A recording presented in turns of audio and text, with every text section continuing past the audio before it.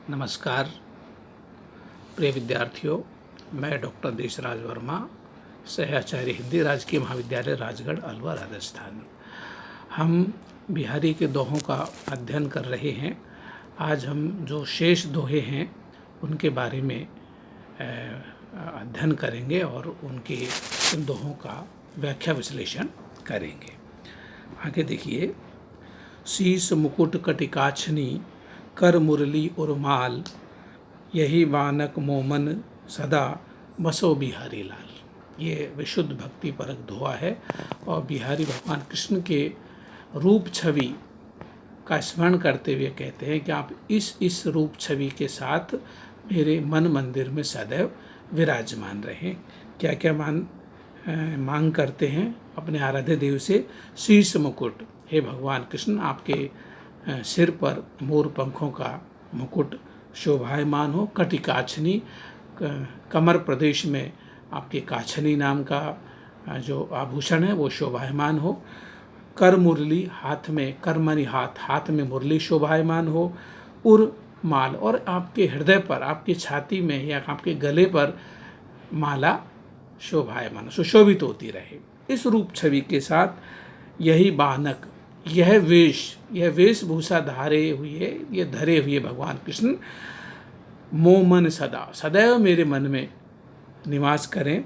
बसो बिहारी लाल, हे बिहारी कहते हैं कि हे भगवान कृष्ण, सदैव इस रूप छवि के साथ मेरे मन मंदिर में आप विराजमान रहें। माथे पर मोर मुकुट हो, हाथ में माला हो, मुरली हो, गले में माला हो, इस और कटी में, कमर में आपके काछनी, पैजनी, या कहें कि जो कमर प्रदेश का आभूषण आपके शोभायमान। इस रूप छवि सदैव को मेरे हृदय में, इस रूप छवि को लिए आप विराजमान रहें। नेक्स्ट देखते हैं। हरि छवि जल जब ते परे, तब ते छिनु बिछुरेन, भरत ढरत बूढ़त तरत, रहत घरीलो नैन। यह विशुद्ध श्रृंगार परक दोहा है और या यूँ कहें कि भक्ति और श्रृंगार का सम्मिश्रण हम इस दोहे के अंदर देख सकते हैं। या यूँ कहें कि राधा ने जब से भगवान कृष्ण को देखा है, या किसी गोपिका ने भगवान कृष्ण के रूप छवि को देखा है, हरि छवि जल जब ते परे। बिहारी कहते हैं कि जब से नायिका के नेत्र भगवान कृष्ण के रूप सौंदर्य रूपी सरोवर में या सागर में पड़े हैं, या कहते हैं कि जब से नायिका के नेत्र भगवान कृष्ण के रूप सौंदर्य के समुद्र में गिरे हैं, उसमें डूब रहे हैं, उतरा रहे हैं, तब ते छिनु बिछुरेन, तब से एक क्षण के लिए भी भगवान कृष्ण की जो रूप छवि है वो नायिका के नेत्रों से दूर नहीं होती है, अलग नहीं होती है। हर क्षण नायिका के नेत्रों में बसे रहते हैं। और साथ ही साथ नेत्रों की दशा क्या हो गई है? भरत ढरत। और रूप छवि का स्मरण करते ही नायिका के नेत्र अपने नायक के लिए या भगवान कृष्ण के लिए आंसुओं से भर जाते हैं। आँखें आंसुओं से भर जाती हैं, फिर आंसू ढलक जाते हैं, खाली हो जाते हैं। बूढ़त, फिर भरी हुई आँखों में, भरे हुए आंसुओं में आंखें डूब जाती हैं। तरत, कभी आंखें आंसुओं में तैरने लगती हैं। रहत घरीलो नैन, जैसे जो नायिका है उसके नेत्र जो रहट की घड़ी है या रहट की जो बाल्टी है जो बार बार भरती है, खाली होती है, भरती है, खाली होती है, ठीक उसी तरह से नायिका के नेत्र रहट की घड़ी या बाल्टी की तरह क्षण क्षण में आंसुओं से भरते हैं और फिर वो खाली होते हैं, फिर भरते हैं, क्योंकि नेत्रों में नेत्र भगवान कृष्ण के रूप सौंदर्य के सागर में यह कहें कि गिर गए हैं, निकल नहीं पा रहे हैं, डूब रहे हैं, उतरा रहे हैं। ऐसी स्थिति यहाँ नायिका की या भक्त की हो गई है। नेक्स्ट देखते हैं।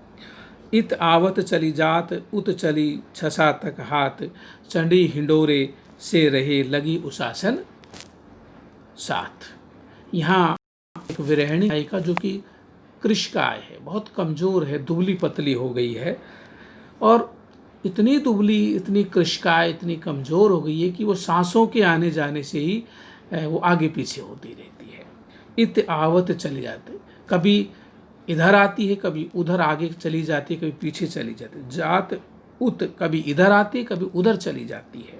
6-7 तक हाथ। जब नायिका इतनी दुबली है, जब सांस लेती है तो कभी 6-7 हाथ पीछे चली जाती है और कभी 6-7 हाथ आगे चली जाती है। क्यों चली जाती है? इतनी कमज़ोर है कि जो सांसों का जो प्रवाह है, सांसों का जो एक बल है, उससे वो आगे पीछे, क्योंकि सांस हम लेते हैं, अंदर लेते हैं तो नायिका पीछे की ओर चली जाती है, जब नायिका सांस छोड़ते हैं तो फिर आगे की ओर हो जाती है।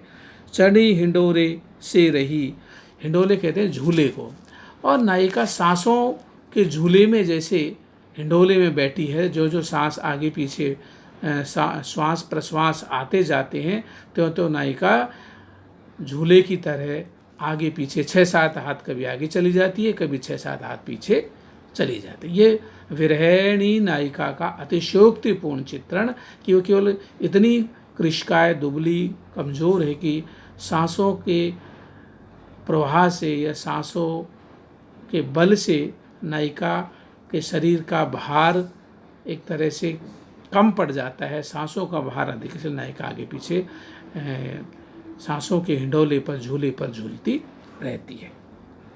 भूषण नेक्स्ट है, भूषण भार संभारी है, क्यों ही तन सुकुमार, सूधे पाइन धर परे, शोभा ही के भार। यहाँ एक नायिका के रूप सौंदर्य का बिहारी चित्रण करते हैं कि नायिका इतनी खूबसूरत है, सौंदर्यशालिनी है, अनिद्य सुंदरी है कि इतनी कोमलांगी है कि वो आभूषणों के भार से भी उनका शरीर या कि उनके कोमल अंग आहत होते हैं।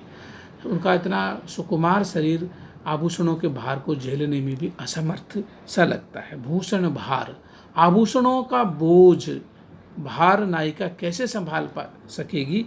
क्यों ही इतन सुकुमार, उनका तन तो इतना सुकुमार है, फूल से भी कोमल है, गुलाब के पंखुड़ियों की तरह हैं, तो आभूषणों का भार कैसे वहन कर सकेंगी?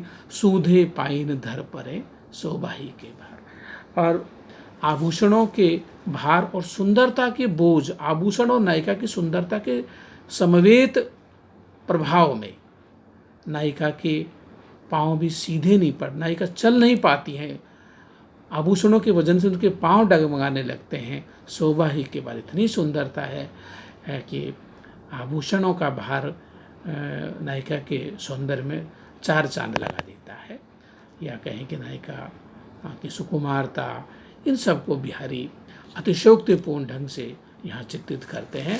और प्रकारांतर से हम यहाँ यूँ कह सकते हैं कि तत्कालीन दरबारी संस्कृति, राजसी वैभव और नायिकाओं का जो चित्रण यहाँ कर हमें मिलता है, वो प्रकारांतर से तत्कालीन रीतिकालीन युग का एक जीवन मूल्य या रीतिकालीन साहित्य का एक जीवन मूल्य बन गया था।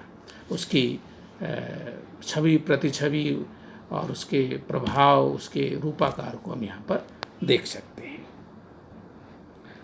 नेक्स्ट दोहे में देखते हैं, कहत सबे बेंदी दिए, आँख 10 गुनो होत, तिये ललाट बेंदी दिए, अगणित बढ़त उदोत। यहाँ बिहारी फिर श्रृंगार पर दोहे में एक तरह से इतना अर्थ वैभव भर देते हैं कि और उनका कल्पना वैभव भी इतना विराट है कि पाठक चमत्कृत हुए बिना नहीं रहता है। बिहारी कहते हैं कि सभी गणित के सिद्धांत को बिहारी कहते हैं कि ये सर्वविदित है कि जब हम किसी भी संख्या के साथ में 0 लगाते हैं, शून्य लगाते हैं, बिंदी लगाते हैं तो 10 गुना हो जाती है। लेकिन नायिका के ललाट पर जो बिंदी लगी हुई है, उसे नायिका का जो सौंदर्य 10 गुना नहीं, अनंत गुना बढ़ गया है। अंकों में तो केवल एक 0 जोड़ने से 10 गुना बढ़ता है, लेकिन नायिका के जो ललाट पर, मस्तक पर जो बिंदी लगी है, उससे उसका सौंदर्य अनंत गुना बढ़ गया है। कहत सबे बेंदी दिए, आँख 10 गुना हो, तो अंक 10 गुना हो जाता है बिंदी लगाने से। तिये ललाट बेंदी दिए, लेकिन तिये लिलार, तीय मानी स्त्री होता है, नायिका। जब नायिका के ललाट पर, मस्तक पर बिंदु लगा है, बिंदी लगी है, अगणित बढ़त उद्धत, अनगिनत अनंत गुणा उसका सौंदर्य बढ़ जाता है, सौंदर्य में अभिवृद्धि हो जाती है। अब आप यहाँ देखिए बिहारी किस तरह से अपनी कला का प्रदर्शन करते हैं और पाठक को एक तरह से अभिभूत कर देते हैं। तभी तो बिहारी को एक एक दोहे पर एक एक सोने की अशर्फी इनाम में मिला करती थी। नेक्स्ट देखिए, ये नीति परक दोहा है। कोटि जतन कोऊ करो, परे न प्रकृति ही बीच, नल बल जल ऊंचो चढ़े, अंत नीच को नीच। बिहारी ये बताना चाह रहे हैं इस दोहे में, ये नीति परक दोहा है कि मनुष्य की जो मूल प्रकृति है, उसकी जो नेचर है, उसमें सहज ही बदलाव नहीं आता है। हमारी एक कहावत है कि कुत्ते की पूंछ को आप 6 महीने नली में रखो, पाइप में रखो, लेकिन कुत्ते की पूंछ सीधे नहीं होती, क्योंकि उसकी प्रकृति है, उसका स्वभाव है। इसी तरह जो व्यक्ति सज्जन प्रकृति का है वो सज्जन रहेगा। दुष्ट प्रकृति के व्यक्ति को आप कितना भी सज्जनता का पाठ पढ़ाओ, उस पर प्रभाव पड़ने वाला नहीं है। बिहारी कहते हैं कोऊ जतन कोऊ करो, कोई कितना भी यत्न करे, कितना भी प्रयत्न करे, परेन प्रकृति ही बीच, लेकिन मनुष्य के स्वभाव में उसकी प्रकृति कोई परिवर्तन नहीं होगा, कोई बदलाव आने वाला नहीं है। नल बल जल ऊंचो चढ़े, नल का पानी प्रेशर से चाहे आप कितना भी ऊंचा चढ़ा दें, अंत नीच को नीच, लेकिन आखिर में पानी नीचे ही आकर के गिरता है। नल बल जल ऊंचो चढ़े, नल का पानी प्रेशर से बल से ऊपर चला जाएगा, लेकिन अंत नीच को नहीं, आखिर में नीचे ही आएगा। इसी तरह से दुष्ट प्रकृति के व्यक्ति को आप कितना भी उच्च पद पर बैठा दें, उसके साथ कितना भी आप पुण्य कार्य भलाई का काम करें, लेकिन वो अंततोगत्वा वह अपनी अधम वृत्ति, अपनी नीचता से बाज नहीं आता है। नेक्स्ट देखें, लिखने बैठे जाकी सभी गही गही गर्भ गरूर, बहे न कीते जगत के चतुर चितेरे कूर। यहाँ बिहारी के दोहे को हम श्रृंगारिक अर्थों में देख सकते हैं और नीति परक अर्थों में भी देख सकते हैं। श्रृंगारिक परक अर्थ में देखें तो नायिका इतनी सुंदर है, इतनी सौंदर्यशाली है कि कितने ही चित्रकार उसके सौंदर्य को आंकने के लिए बैठे, लेकिन संपूर्ण रूप से किसी ने भी उसके सौंदर्य को आंकने में, व्यक्त करने में, रूपायित करने में सफलता प्राप्त नहीं की। बड़े बड़े चित्रकार हार करके बैठ गए। दूसरा अर्थ यहाँ हम देखें, कुदरत, प्रकृति, नेचर, प्रकृति की रूप छटा को व्यक्त करने के लिए, उसे सही ढंग से रूपायित करने के लिए कितने ही बड़े बड़े चित्रकारों ने प्रयास किया। ज्ञानी, ध्यानी, जति, तपी, तपस्वी सभी ने अपने हिसाब से प्रकृति को रूपायित करने का प्रयास किया, लेकिन कोई भी इस प्रकृति की जो माया है उसको चित्रांकित करने में, रेखांकित करने में सफल नहीं हो सका। बहेन केते जगत के, संसार के कितने ही चतुर चितेरे, बड़े बड़े चातुर से भरे हुए चित्रकार, चितेरे, सब असफल रहे। चतुर चितेरे कूर, सब कूर का मतलब यहाँ मूर्ख साबित हुए, असफल साबित हुए, और उन्होंने इस प्रकृति की, इस कुदरत की छटा को व्यक्त करने में सफलता प्राप्त नहीं की, क्योंकि नियति और प्रकृति की लीला को आज तक कोई नहीं समझ सका है। और ये भी कहते हैं कि प्रकृति पुनरावृत्ति नहीं करती है, कि इतिहास तो दोहराया जाता है, लेकिन प्रकृति दोहराई जाए ये जरूरी नहीं है। प्रकृति नित्य नवीन रूपों में, नए नए रूपों में हमारे सामने आती रहती है। उसका गति रूप होने के कारण बड़े बड़े चित्रकार भी उसको व्यक्त करने में असफल रहे हैं।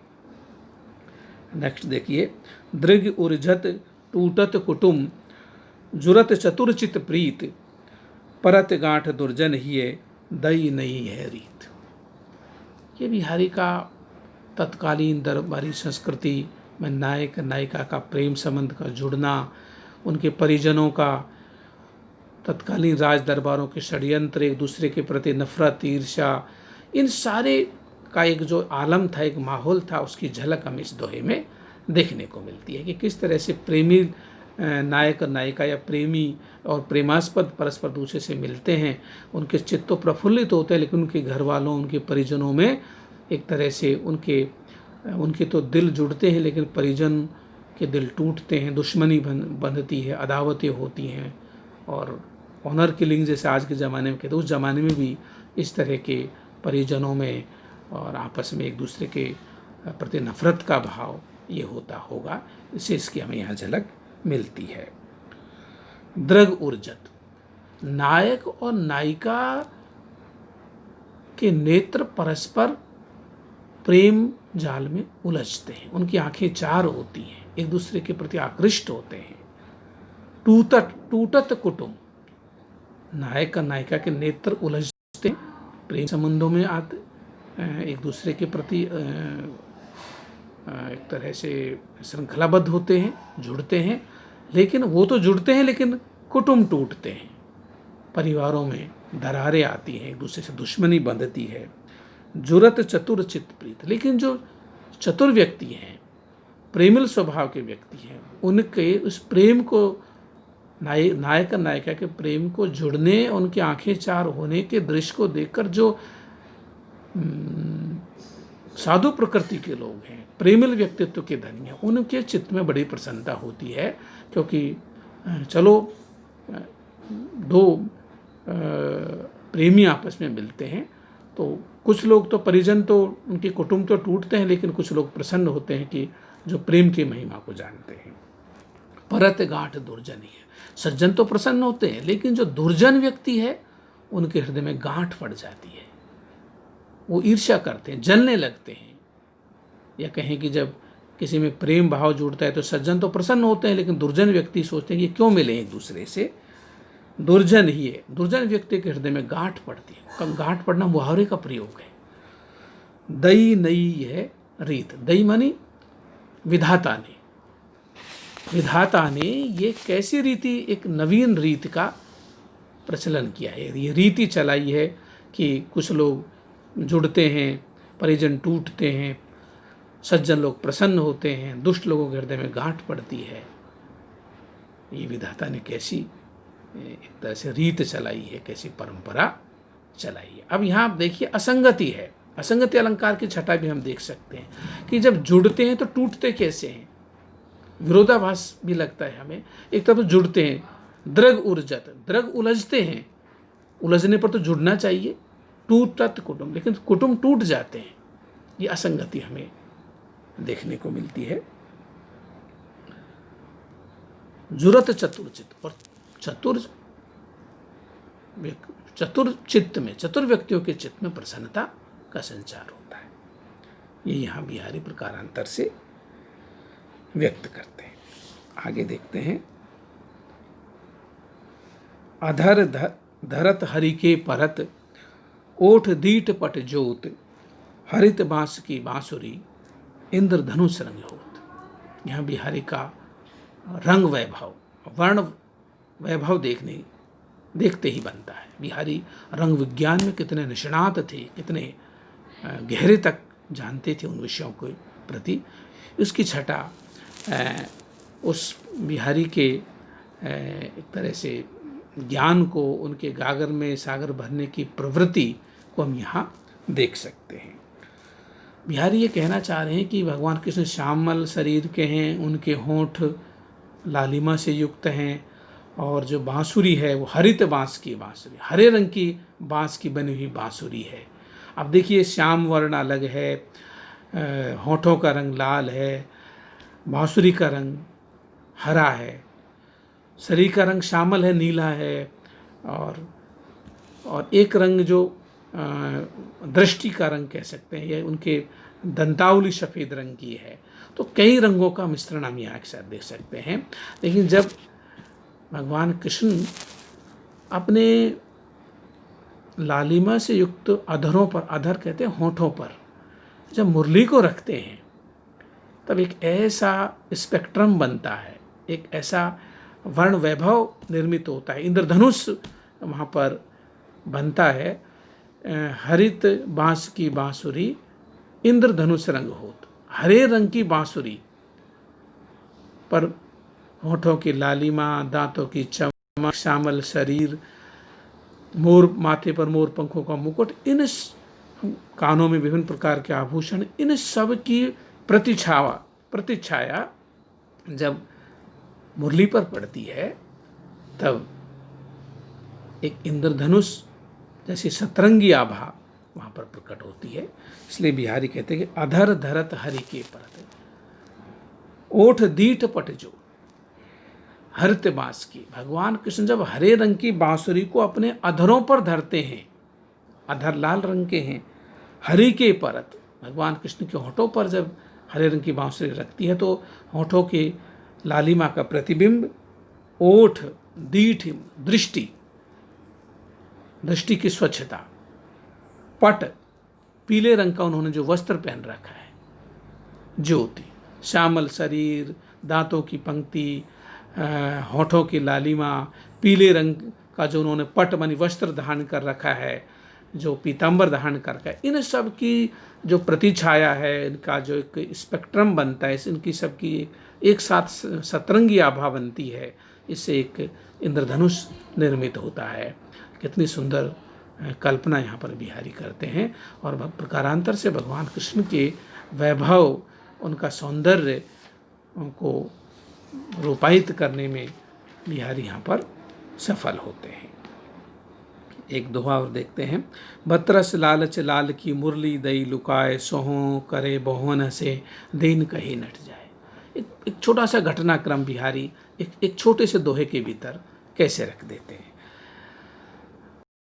नायक राधा ने भगवान कृष्ण की बांसुरी को छिपा दिया है, ये संदर्भ है, प्रकरण ये चल रहा है। और क्यों छिपा दिया है?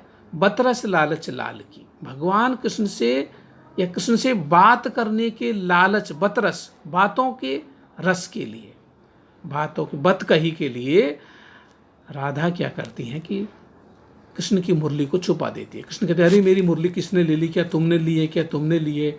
और कृष्ण इधर उधर भटकते हैं और इसी बत कही के लिए, इसी बत रस के लिए ही तो राधा ने मुरली छुपाई है और राधा मनी मन बड़ी प्रसन्न होती है। अब देखिए यहाँ आप अपन बॉडी लैंग्वेज कहते हैं जिसको, कि किस तरह से भाव भंगिमा के द्वारा वो चीज़ें पता लग जाती हैं कि मुरली राधा ने छुपाई है। सोहों करे, राधा बाहर से सौगंध खाती है कि हे कृष्ण मैं तुम्हारी सौगंध खाती हूँ, मैंने मुरली नहीं ली है। सोहों करे बोहन हंसे, लेकिन बोहों से, भ्रू भृंगों से हंसी और शरारत झलक जाती है और कृष्ण अंदाज़ा लगा लेते हैं राधा की बोहों को देखकर, मुस्कुराहट और शरारत को फैलते हुए देखकर कि मुरली राधा ने ही छिपाई है, लुकाई है।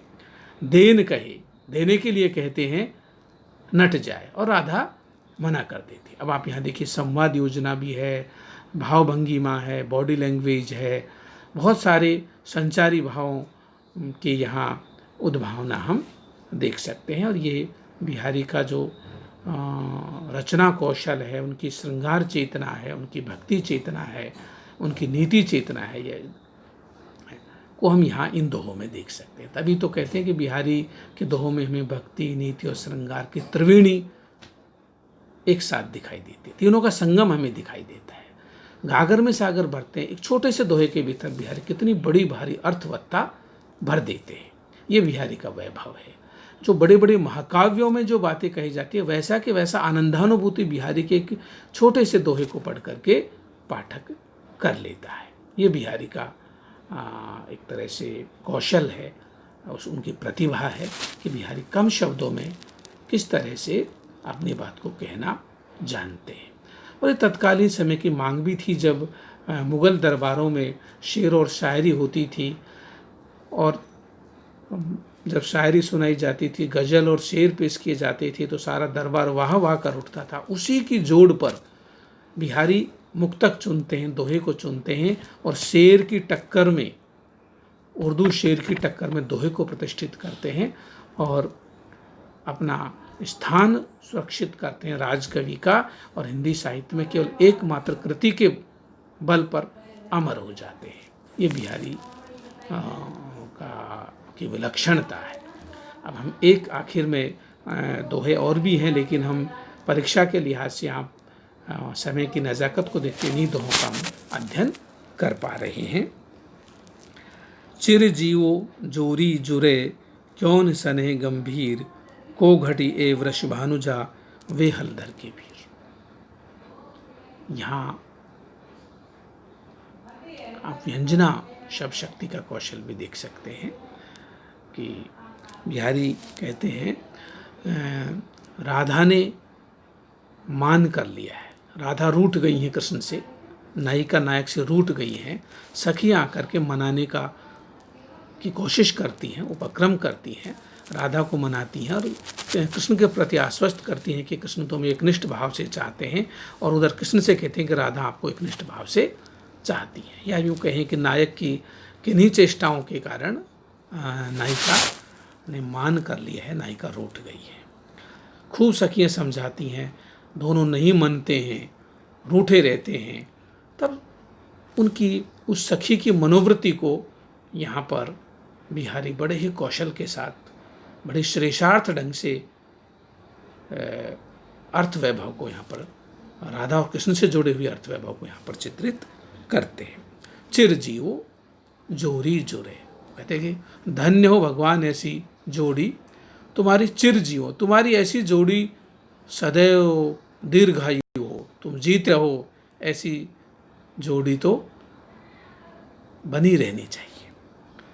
क्यों न सने गंभीर, तुम्हारा प्रेम कितना गहरा है, स्नेह कितना गंभीर है, गहरा है, धन्य है तुम, धन्य है तुम्हारी वृत्ति, तुम्हारी प्रवृत्ति। तुम रूठने से प्रेम भी करते हो, लेकिन इतना गहरा तुमने मान कर लिया, रूठ गए कि तुम मनते ही नहीं हो। क्यों नहीं मनते हो? को घटी, कौन किससे कम है भाई? को घटिए वृष भानुजा। अब यहाँ अर्थ वैभव आप देखिए, कौन किससे कम है?